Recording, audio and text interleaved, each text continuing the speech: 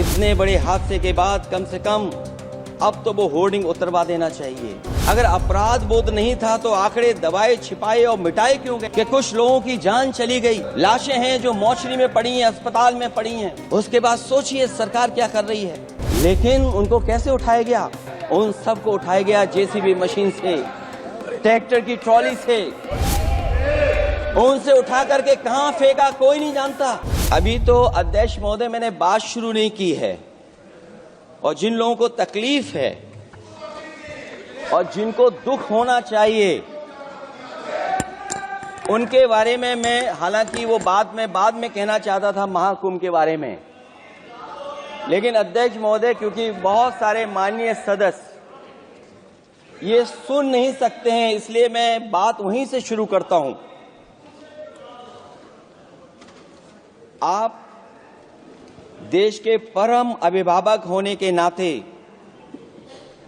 हमारा आपसे अनुरोध है कि जहां सरकार बजट के आंकड़े लगातार दे रही है, और जब मैंने अभिभाषण पढ़ा अध्यक्ष महोदय, बहुत सारे आंकड़े सरकार ने दिए हैं।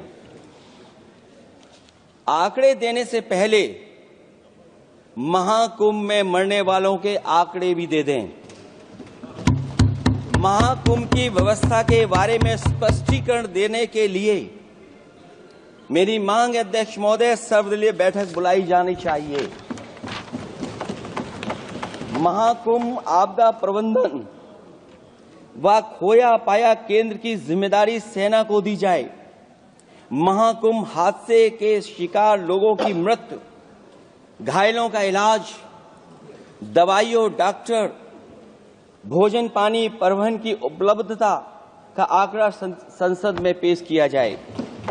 महाकुंभ हादसे के लिए जिम्मेदार लोगों पर, महाकुंभ हादसे के लिए जिम्मेदार लोगों पर घोर दंडात्मक कार्रवाई हो। जिन्होंने सच छिपाया है उनको दंडित किया जाए।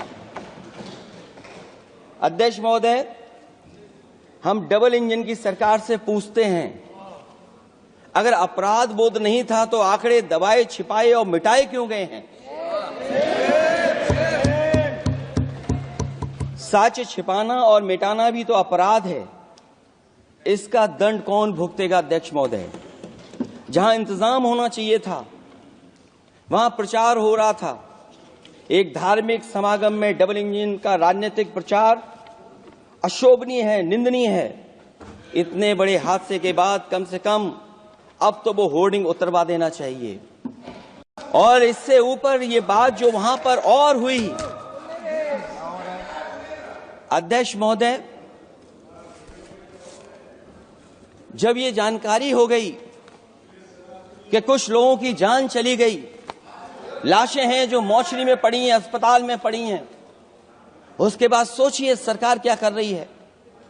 अपने सरकारी हेलीकॉप्टर में फूल भर करके फूलों को डालने का काम किया। सोचिए, ये हमारी कहां की सनातनी परंपरा है। मैं जानना चाहूंगा सदन के माध्यम से हमारे माननीय सदस्य बताएं कि जहां लाशें पड़ी रही हों, न जाने कितनी चप्पलें पड़ी थीं, न जाने कितनी चप्पलें पड़ी थीं, न जाने कितने कपड़े पड़े थे, महिलाओं की साड़ियां थी, कपड़े थे, लेकिन उनको कैसे उठाया गया? उन सबको उठाया गया जेसीबी मशीन से, ट्रैक्टर की ट्रॉली से। उनसे उठा करके कहां फेंका कोई नहीं जानता। लेकिन जब उनको लगा कि वहां से बदबू आ रही है तो यही सरकार के लोग छिपाने लगे हैं। यही आपका महाकुंभ का आयोजन था, और हर बात को छिपाने के लिए न केवल ये लोग मीडिया का सहारा ले रहे हैं, मीडिया का सहारा लेते लेते सुनने में आया है कुछ दबाव और कुछ स्वीटनर भी दिए जा रहे हैं जिससे उनकी खबरें बाहर ना आ जाएं। और अगर अध्यक्ष मोदी ये बात सब गलत है मेरी, अगर ये बात सब गलत मैं कह रहा हूं, तो अभी तो नेता सदन को अभी भाषण देना है। और मैं ये बात और कहना चाहता हूं, आप अपने तरफ से जानकारी कर लीजिएगा। हमारे उत्तर प्रदेश के मुख्यमंत्री जी ने शोक नहीं प्रकट किया था। जब देश की राष्ट्रपति और प्रधानमंत्री जी ने शोक प्रकट किया, उसके बाद 17 घंटे बाद सरकार ने स्वीकार किया। अध्यक्ष मोदी, ये वो लोग हैं जो आज भी कोई सच्चाई स्वीकार नहीं कर सकते। इनका रास्ता क्या है मैं नहीं जानता हूं, कहां ले जाना चाहते हैं। लेकिन जब अध्यक्ष महोदय मैंने अभिभाषण पढ़ा है राष्ट्रपति महोदया का, तो वही पुरानी बातें